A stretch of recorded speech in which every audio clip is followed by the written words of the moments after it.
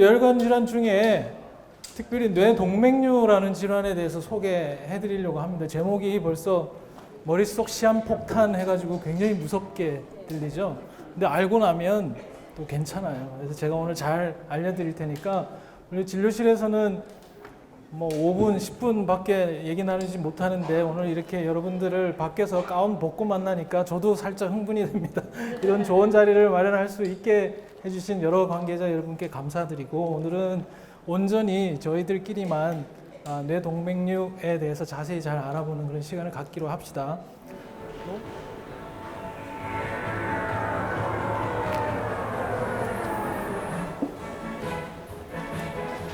7080 세대들은 한 번씩 들어본 노래들이에요. 제가 80년대 학교를 다녔기 때문에 당시에 굉장히 유명했던 미국의 여자 가수입니다. 이거 말고도 뭐 파워 오브 러브와 같은 유명한 노래들을 많이 불렀던 아주 멋진 여자 가수이죠.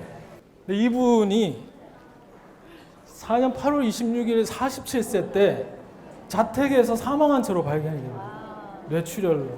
그래서 매년 8월이 되면 이 여자 가수를 기리는 추모 집회를 할 정도로 갑작스럽게 아무런 병력도 없이 사망한 채로 발견이 되죠. 다음 좀 주시겠어요? 우리 뉴스 한번 볼까요? 1992년 영화 원초적 본능의 샤론 스톤입니다. 영화 보셨어요? 이 공연 하나로 샤론 스톤은 저는 영화 이거 2번 봤어요. 세계적인 스타가 됐습니다.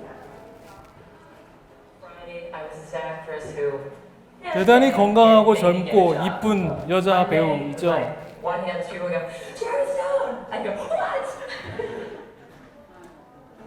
네, 이렇게 성공학으로 달리등을 했지만 40대에 접어든 샤론 스톤은 2001년 뇌출혈로 쓰러집니다. 언어 능력과 시력이 떨어졌고 다리도 절었습니다. 건강이 어느 정도 회복되자 2006년 원초적 본능 2로 재기를 꿈꿨는데요. 흥행참패 설상가상으로 결혼 생활도 깨지고 아들의 양육권도 잃었습니다. 뇌출혈 후유증으로 은퇴를 고려 중이라는 기사들이 나오기도 했는데요. 하지만 샤론 스톤, 후유증도 나이도 잊은 채 화려하고 화끈한 복귀를 알렸습니다. 아까 그분이랑 다르죠? 이분은 새로 삶을 시작하셨어요. 20대를 방불케 하는 이 목걸이가 굉장히 비싸 보여요. 깨달은 부분을 솔직하게 털어놨습니다. 오랜 투병 생활 동안 이전에 하지 않던 생각들을 하다 보니 감정적으로 더 이전보다 더 나아졌다. 강해졌다고 했습니다. 이제 자신의 엉덩이가 두툼한 팬케이크 같다는 걸 잘 안다며 20대처럼 보이려고 애쓰지 않는다고 했는데요.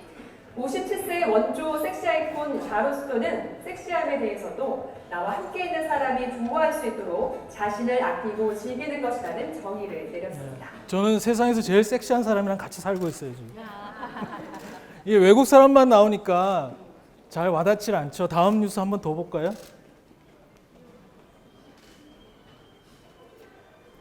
유명한 배우시죠? 대중문화 소식 좋다는 것입니다. 배우 겸 가수인 안지욱 씨가 미국에서 갑자기 뇌출혈을 일으켜 수술을 받았습니다. 소속사 측은 안 씨가 지난 1일 미국 라스베이거스를 방문했다 심한 통증을 느껴 병원으로 옮겨졌으며 뇌출혈 진단으로 수술을 받은 뒤 회복 중이라고 밝혔습니다. 잘 들으세요. 심한 통증을 느껴서 병원으로 갔다는 거예요. 3, 4주가량 절대 안정을 취해야 하는 상태인 걸로 전해졌습니다. 만약에 무슨 증세가 있거나 징조가 있었으면 미국을 갔을까요? 아무것도 모르고 미국을 간 거예요. 미국에서 근데 갑자기 증상이 생기니까 미국에서 수술받고, 얼마 전에 드라마도 나오고 지금 건강하게 잘 살죠. 그래서 첫 번째 보여드렸다는 그 여자 가수는 불행하게 삶을 마감했지만, 두 번째, 세 번째 보여드렸던 뉴스에서는 뇌출혈에도 불구하고 이전보다 더 건강한 삶을 살고 있습니다. 이 세 사람의 공통된 질병이 뇌출혈이에요. 이 세 분의 공통점이 뇌동맥류라는 병이 터져서 생긴 뇌출혈이에요. 그래서 더 정확하게 얘기하면 뇌지주막하 출혈이라는 겁니다. 이 사진이 뇌동맥류라는 거고, 이게 동맥류가 터지는 장면을 찍은 거예요. 머릿속에서. 그래서 이제 뇌출혈하면은 우리가 중풍, 뇌혈관 질환, 뇌졸중이 여러 가지 말들이 있는데, 잘 들으세요. 뇌졸중, 뇌혈관 질환이라고 하는 것은 머릿속에 혈관에 병이 생기는 거예요. 근데 그 병이 어떤 종류가 있을까요? 우리가 수도를 생각해 봅시다. 아파트의 수도를. 수도가 겨울에 얼면 터지는 거 말고 터지기 전에 막혀요. 아니, 뭐 어는 거 말고 그러면 찌꺼기가 많이 찼어요. 그러면 수도가 막혀요.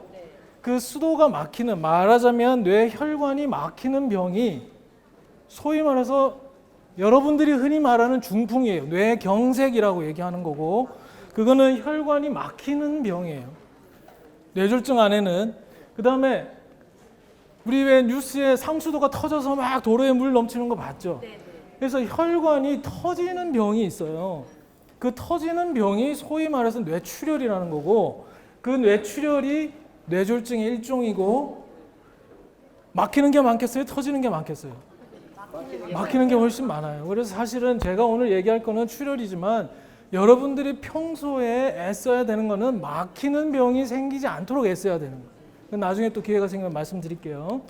그래서 뇌졸중은 혈관이 이렇게 막히는 거, 주로 심장에서 혈전이 떨어져 나가서 막히든 아니면 혈관 안에 기름기가 껴서 막히든, 막히는 뇌졸중이 10명이면 7명 정도는 혈관이 막히는 뇌졸중이에요. 뇌경색이라고 하는 거고, 10명 중에 3명 정도는 혈관이 터져서 생기는 뇌출혈인데, 그 중에 제일 흔한 것은 혈압 관리를 잘 안 하면 혈관이 점점 약해져 가지고 터져버리는 게 고혈압성 뇌출혈이라는 거고, 그 중에 일부에서 이런 뇌동맥류라는 걸 갖고 있다가 그게 터지면 생기는 뇌지점학과 출혈도 뇌출혈의 일종이에요.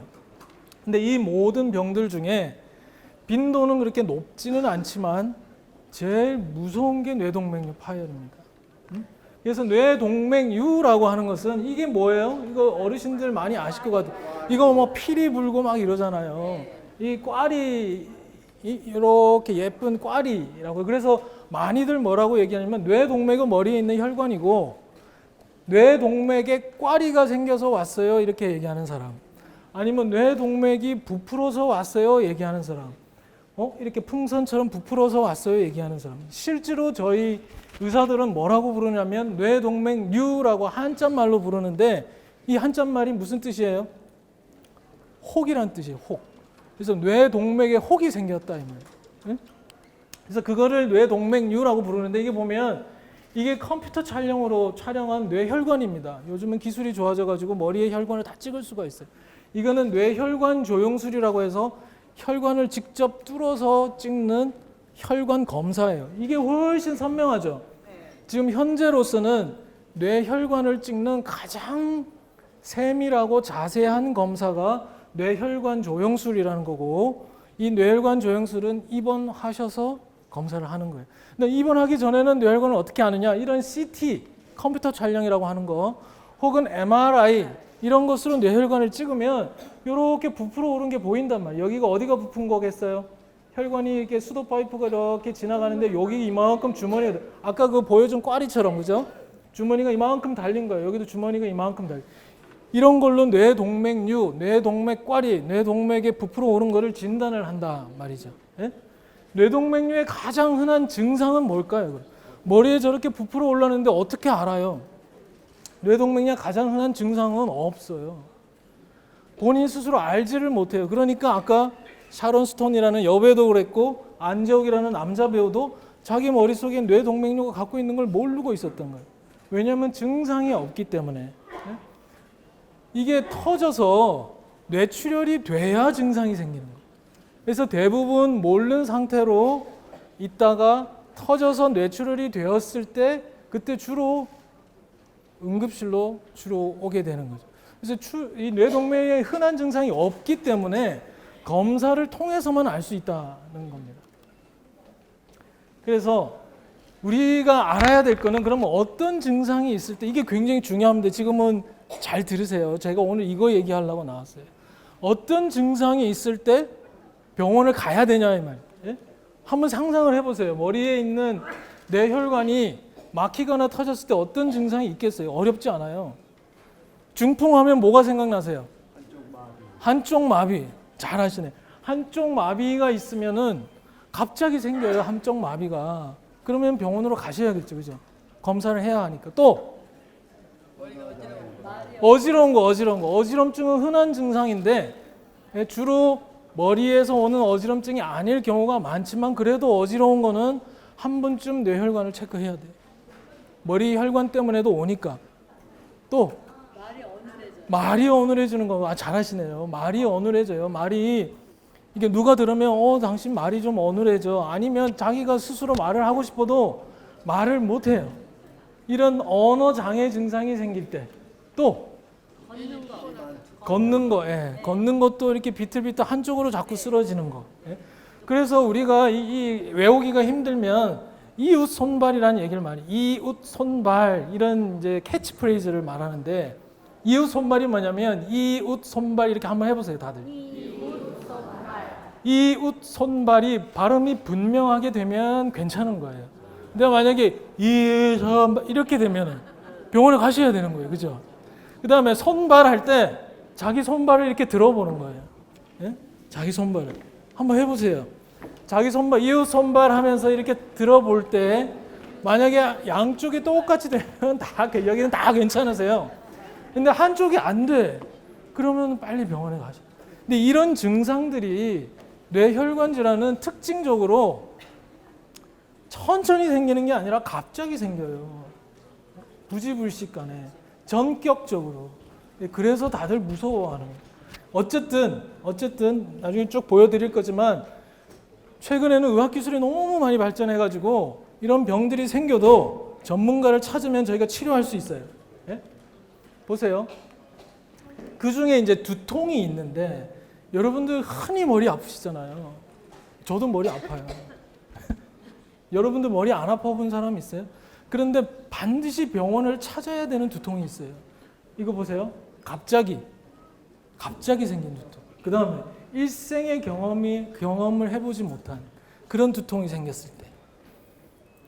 이게 어떤 의미냐면 보통은 언제부터 아파요? 그러면 어제부터 지끈지끈 1년 전부터 10년 전부터 평생 고질적으로 아파요. 이런 것들은 큰 병이 아닐 가능성이 높아요. 근데 내가 멀쩡하게 있었는데 어제 TV에서 무슨 장면을 보고 있는데 갑자기 머리가 아프기 시작했다. 혹은 내가 어제 누구랑 막 언쟁을 하면서 싸우는데 삿대질하는 그때 갑자기 뭐가 뻑했다.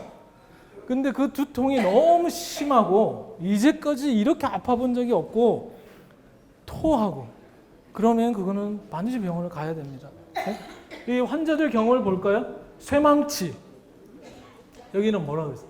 장작 부러지는 소리. 여기는 더해요. 도끼로 맞는 것 같은. 그러니까 이런 표현을 할 정도로 갑자기 아주 극심한 두통이 생기면 그거는 병원을 가셔야 돼요. 저거는 머리에 아까 얘기한 뇌동맥류 파열, 뇌출혈이 있을지도 모르는 점을 시사하는 거예요. 이것만 아시면 돼요, 오늘. 그것만 알고 가셔도 오늘 강연에서 제가 소개의 목적은 달성하는 거예요. 제가 강조한 거예요. 네, 좋습니다. 그래서 병원에 가시면 이런 이제 컴퓨터 촬영을 해가지고 여기 희끗희끗 보이는 게 다 출혈이에요. 여기 뇌 컴퓨터 촬영이라는 건데 이게 뭐겠어요, 이게? 눈이에요, 눈. 이게 좀 비근한 표현이지만 머리를 수박처럼 이렇게 잘라가지고 위에서 이렇게 들여다본 건데 이게 눈이고 여기 뒤통수고 오른쪽 왼쪽인데 보면 연기처럼 이렇게 보이는 게 피가 머리에 있는 지주막이라는 밑에 쭉 퍼지는 걸 뇌출혈이라고 하고 이게 이제 뇌동맥류가 터져서 생기는 거예요. 근데 지금 오늘 얘기하려고 하는 뇌동맥류는 그리고 최근에 제가 많이 치료하는 뇌동맥류는 이렇게 터진 것보다 안 터진 게 훨씬 많아요. 그게 왜 그러냐면 나중에 보여주겠지만 최근에는 뇌혈관 검사들을 많이 하기 때문에 터지지 않은 상태에서 내가 뇌동맥류 꽈리가 있어요, 부풀었어요 하고 찾아오는 경우가 많이 있단 말이에요. 그래서 미파열 뇌동맥류가 주로 건강검진이나 아니면 두통 때문에 검사를 하는 경우가 많아서 최근에 미파열 뇌동맥류가 훨씬 많아졌어요. 파열 뇌동맥류는 이미 터져서 온 경우는 주로 중년 이후에 잘 생기고 안타깝게도 이 병은 여자가 남자보다 1.5배 많아요. 1.5배. 그래도 억울해하지 마세요.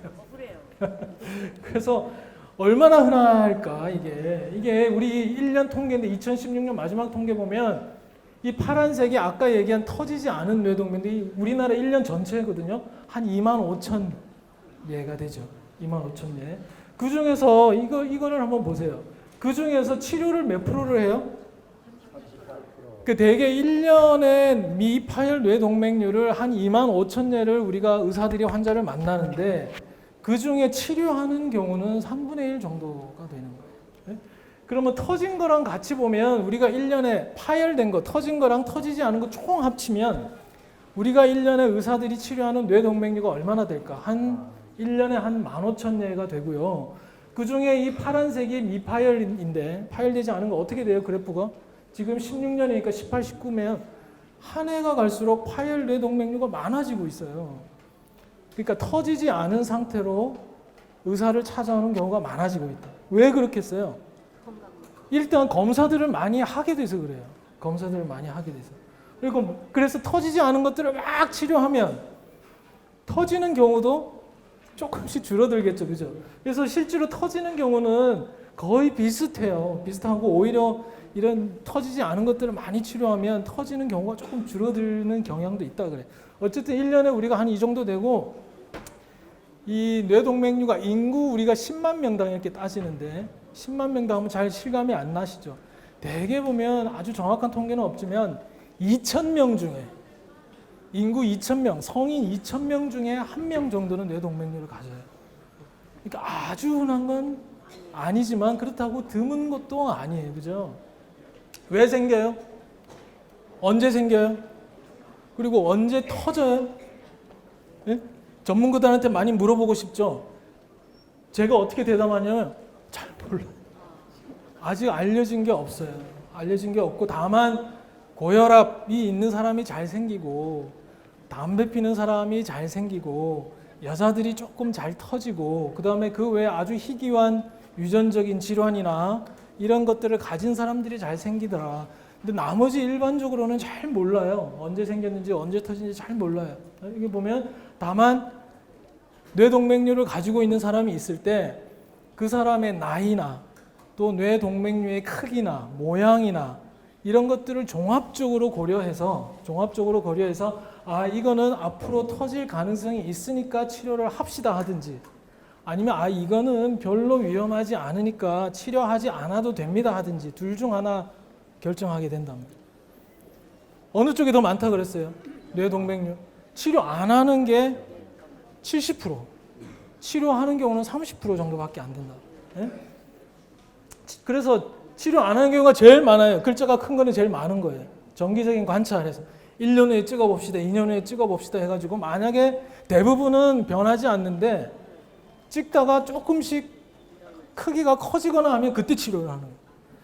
만약에 치료를 하는 경우에는 코일 색전술이라는 혈관을 통해 제가 사진으로 보여드릴게요. 아니면 시술이나 수술 둘 중을 하나 하는데 우리 전국적으로 따지면 시술을 조금 더 많이 해요. 근데 이거는 내가 이거 하고 싶어요 해서 하는 게 아니라 전문가가 봐서 어느 게 더 안전한지를 가지고 선택하게 되는 거예요. 어떻게 치료하는지 잠깐 보여드릴게요.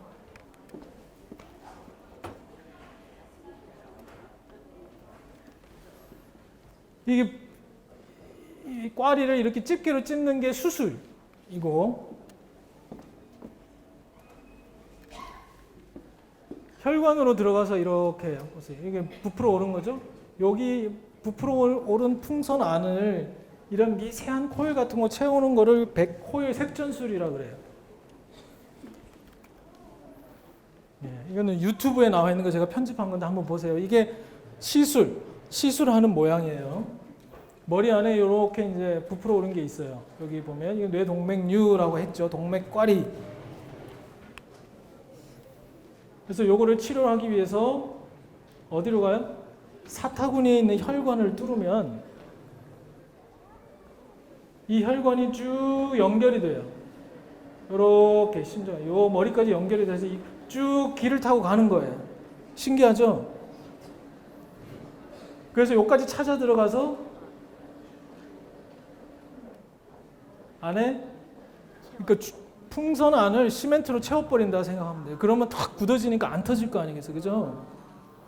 이거 보세요. 이렇게 백금 코일 같은 거 그래서 코일 색전술 이렇게 얘기하는 거예요. 네? 근데 잘 보세요. 여기 들어가는 입구가 지금 이렇게 잘록하고 풍선처럼 동그래야지 이 안에 들어가 있지. 만약에 여기가 펑퍼짐하게 입구가 넓으면 안에 들어가 있겠어요? 바깥으로 다 빠져나갈 거 아니겠어요? 그러니까 그런 경우에는 수술을 해야 된다. 이 말이에요. 응? 그런 경우에는 다 채운 거예요, 이렇게. 그래서 여기가 이제 딱딱해져 가지고 안 터지게 되는 거예요. 예? 그래서 이런 거를 이제 코일 색전술이라고 하는 거고, 수술은 어떻게? 수술이 옛날에 수술이 이렇게 했대요. 예? 머리 공포에 질려 있고 옆에서 막 구경하고 있고 막. 요즘 수술 이렇게 하나요? 머리 수술 저는 수술 전문으로 하는데 요즘 수술은 이렇게 안 해요. 응? 여기 보면 이게 수술 장면인데 좀 뭐 징그럽다고 생각하지 마세요. 이거는 굉장히 아름다운 장면. 여기 보면 이게 지금 뇌동맥류죠. 이게 부풀어 오른 거. 이게 수술은 이렇게 머리에 틈이 있어요. 이렇게 혈관이 틈을 이렇게 벌리면은 이렇게 예쁜 예? 앵두 모양의 뇌동맥류가 나타난다. 그거를 이렇게 집게 같은 걸로 탁 묶어버리는 거예요. 아까 그 현미경을 보면서 이렇게 선명하게 잘 보이죠, 이거. 여기 보세요. 이게 입구가 이렇게 넓으니까 아까처럼 코일 색전술을 못 한단 말이에요. 못 하니까 이렇게 이제 수술적인 결찰술로 하게 돼요. 그래서 이게 이제 이렇게 하는 게 수술이고, 여기 보면 예, 상처가 얼마 나지도 않아요. 한 3cm 정도 조금 500원짜리 동전만하게 창을 내 가지고 틈을 통해서 이렇게 들어간단 말이에요. 예? 저희 병원에서는 거의 반반 수술하는데 예? 수술이 아까 그 옛날처럼 그렇게 무서운 게, 이거 보세요. 저기 머리카락 안쪽에 나중에 상처 다 아무런 보이지도 않아요. 어떤 경우에 이렇게 눈썹에다가 하기도 해요. 눈썹에다가. 저기 죄송하지만 이제 대머리 막 이러면은 상처가 보이니까 그러면 눈썹으로 합시다. 이제 눈썹으로 합니다. 그러니까 이런 식으로 수술도 굉장히 첨단화되어 있어서 치료하는데 요즘은 대부분 무리 없이 이렇게 치료를 하게 된다. 이런 것들이 제일 궁금하시죠? 뭘 조심해야 될까? 저런 거 안 생기려면. 네? 유전이 되나? 유전되나요? 뇌출혈, 뇌혈관 질환이 유전되는 건 아니에요. 근데 직계 가족이 어디예요? 아버지, 부부는 직계 가족인가요? 부부는 피가 안 섞였어요.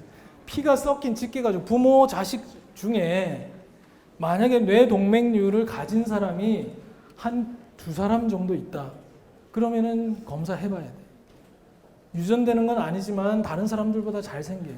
그런 경우에 검사해봐야 돼. 그다음에 다낭성 신종이라고 해서 콩팥에 물혹이 많은 사람들이 있어요. 그런 사람들도 검사를 해봐요. 그렇지 않고는 대부분 유전 안 돼요. 레이저나 뭐 약물 치료, 무슨 좋다는 무슨 약, 뭐 크릴 오일, 뭐 예? 그다음에 좋은 음식, 운동 이런 거 하면은 뇌동맥류 안 걸리는 그런 방법이 있나요? 다 없어요. 뇌동맥류는 그냥 운명이에요, 운명. 생겨도 안 터지게 하는 방법도 없고 안 생기게 하는 방법도 없어요. 그냥 전문가한테 맡기면 돼요, 전문가한테. 예? 그래서 저희 병원 이 프로텍트라는 게 영어로 이제 예방한다는 뜻인데, 이게 뭐냐면 뇌동맥류를 치료하는 전문가 팀을 꾸려가지고 이제 보면 어떻게 되냐면 대부분 우연히 발견된다 그랬죠. 우연히 발견돼서 오면 뭘로 한다? 컴퓨터 촬영이나 MRI 촬영으로 혈관을 찍어서 부풀어 오른 것이 발견이 되면 뇌혈관 조영술이나 아까 그 정밀하게 보이는 검사를 해서 치료를 할까 말까. 대부분 어떻게 한다? 치료 안 하고 지켜본다 그랬어요. 대부분 조그마니까. 근데 그 중에 한 30% 치료를 해야 되면 둘 중에 하나를 선택하는 거죠. 둘 중에 하나. 수술을 하든지 시술을 하든지. 이게 우리 저희 병원의 그 팀이 두 경우에 이제 입원 기간이나 이런 거 비교하기 쉬운데 보면 둘 다 가능하다. 그러면 어디가 유리하겠어요? 이거 보면 코일 색전술은 입원해가지고 5일 만에 퇴원해요. 입원해서 다음날 정밀 검사하고 코일 시술하고 하루 이틀째 퇴원해. 수술은 입원해서 정밀 검사하고 수술하고 하나, 둘, 셋, 넷, 다섯, 여섯, 일곱, 대개 7일째 퇴원. 그래서 입원 기간이나 환자가 불편하고 이런 게 시술이 훨씬 편해. 그래서 둘 다 할 수 있으면 당연히 시술을 하지만 아까처럼 시술보다 수술이 안전한 경우에는 수술을 하게 된다. 이게 저희가 하는 거. 자, 이게 이제 거의 마무리 됐어요. 제가 잘 강의를 했는지 한번 시험을 볼게요. 요거 2017년 실제 상황이에요. 이거는 제가 아는 사람의 경우에 강남 도산대로의 유명한 음식점에서 오랜만에 가족들이 만났어요. 3대가 만났어. 아버지, 딸, 손자 해가지고. 근데 갑자기 아버지가 식사를 맛있게 하다가 숟가락을 떨어뜨리면서 하더래. 이게 뭐예요?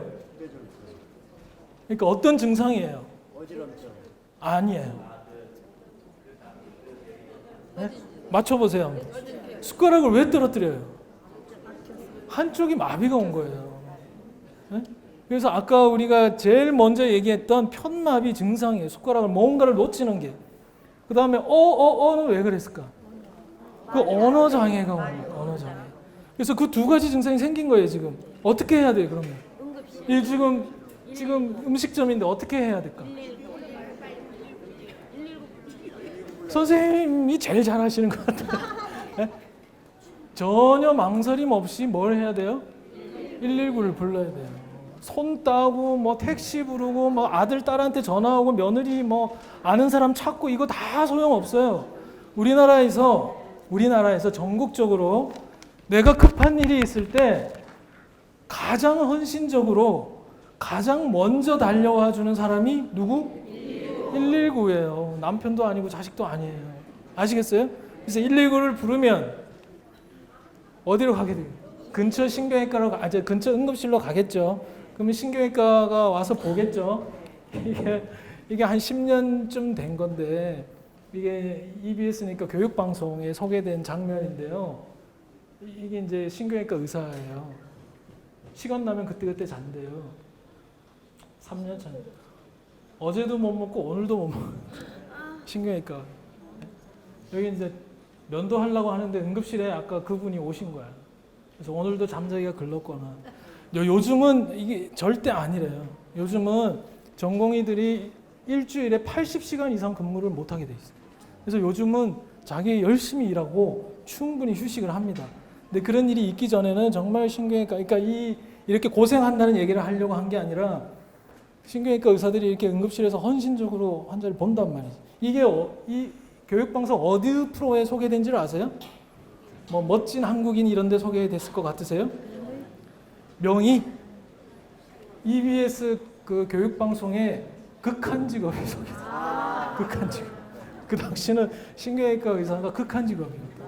네? 제가 옛날에 방송에 한번 나왔는데 저는 부산 출신이고 서울에서 공부하다가 이제 이런 방송에 한번 나온 적이 있는데 저희 어머니가 그걸 보고 밤새 펑펑 우셨대요. 그렇게 고생한 직업. 근데 요즘은 그렇지 않아요. 요즘은 열심히 일하고 충분히 휴식을 취합니다. 그래야 환자도 열심히 보니까. 이런 얘기를 하는 이유는 이렇게 헌신적으로 노력을 하신 분들이 결국은 역사를 만들어요. 아까 얘기한 그런 뇌동맥류 클립 결찰술을 우리나라에서 제일 먼저 하신 우리 신경외과, 연세대학교 신경외과의 교수님이세요. 이분이 키운 첫 번째 제자, 마지막 제자가 저예요.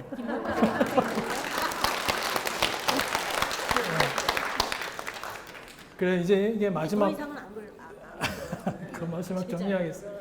머릿속에 시한폭탄 뇌동맥류 해서 좀 무섭죠. 이게 사실 이게 이런 제목을 달기를 저는 원치는 않아요. 너무 제목이 자극적이에요. 무슨 시한폭탄이에요? 네? 어떤 증상이 있을 때 병원을 방문해야 되는지만 알면 돼요. 그것만 알면 돼. 그 다음에 뇌동맥류 가지고 있을까봐 겁낼 필요 없어요. 시한폭탄 저거 있으면 얼마나 겁나겠어요. 근데 그럴 필요 없어요. 이거 생길까 안 생길까 그럴 필요 없단 말이에요. 우리나라 2018년도에 한 해 교통사고가 몇 건 일어났는지 아세요? 한 해 교통사고가 20만 건이 일어났어요. 예? 아까 제가 보여드린 우리 한 해에 뇌동맥류가 몇 건이나 생겨요? 15,000개 정도 돼요. 20분의 1 정도밖에 안 생겨요. 교통사고보다 덜 할 수 있고 여러분 길 가다가 차에 부딪힐까 봐 걱정하면서 다니지 않잖아요. 예? 뇌동맥류는 걱정한다고 안 생기지 않아요. 내가 무슨 약을 먹거나 무슨 좋은 치료를 받으면 뇌동맥류를 막을 수 있는 방법이 없어요. 하나 있으면 굳이 저보고 하나 얘기하라 그러면 그냥 즐겁게 사시는 거예요. 네? 그래서 만약에 그러면 내가 머리가 아파서 혹은 부인이 남편이 딸아들이 건강검진 해가지고 찍었는데 어머 뇌동맥류가 있다 꽈리가 있다 이런 얘기를 들었어요. 그러면 그냥 밤새 펑펑 우실 필요 없어요. 그 중에 3분의 2는 치료할 필요가 없는 거고 그 중에 3분의 1은 전문가한테 찾아가면 보통 완치율이 99%, 99%. 거의 다 치료해요, 이제. 겁날 필요 없어요. 예? 언제 터진다고요? 몰라요. 하루 이틀 사이에 터질 확률이 1%도 안 돼요. 0. 몇 프로밖에 안 돼요. 있는 거를 아는 순간 뭐 어쩔 줄 몰랐는데 그럴 필요 없어요. 그거 가지고 모르고 있을 때는 어디 세계 일주 다니다가 그거 알고 나서 겁나. 이거를 갖고 있는 사람 100명이 이 자리에 모여 있다고 했을 때 그 사람이 올 한 해에 터질 몇 명이나 터지겠어요? 통계로 나와 있는데 한 명도 안 터져요. 1명 미만이에요. 한 10,000명 정도 터져요. 10,000명. 그래서 우리가 어떤 경우에 치료를 권하냐면 대개 이제 나이가 많이 젊고 그 크기가 많이 크고 이래서 터질 확률을 1년만 보는 게 아니라 한 10년 정도 이상 봐야 될 때, 예? 그러면 복리로 계산해야 돼. 1%니까. 그러면 터질 확률이 인생을 놓고 봤을 때, 이 사람이 인생을 놓고 봤을 때 한 20, 30% 이상 되겠다. 그러면 그때는 이제 치료를 한단 말이에요. 당장 내일 모레 터지는 거 아니란 말이에요. 예? 만약 여기 혹시 투병 중인 분이 계시면,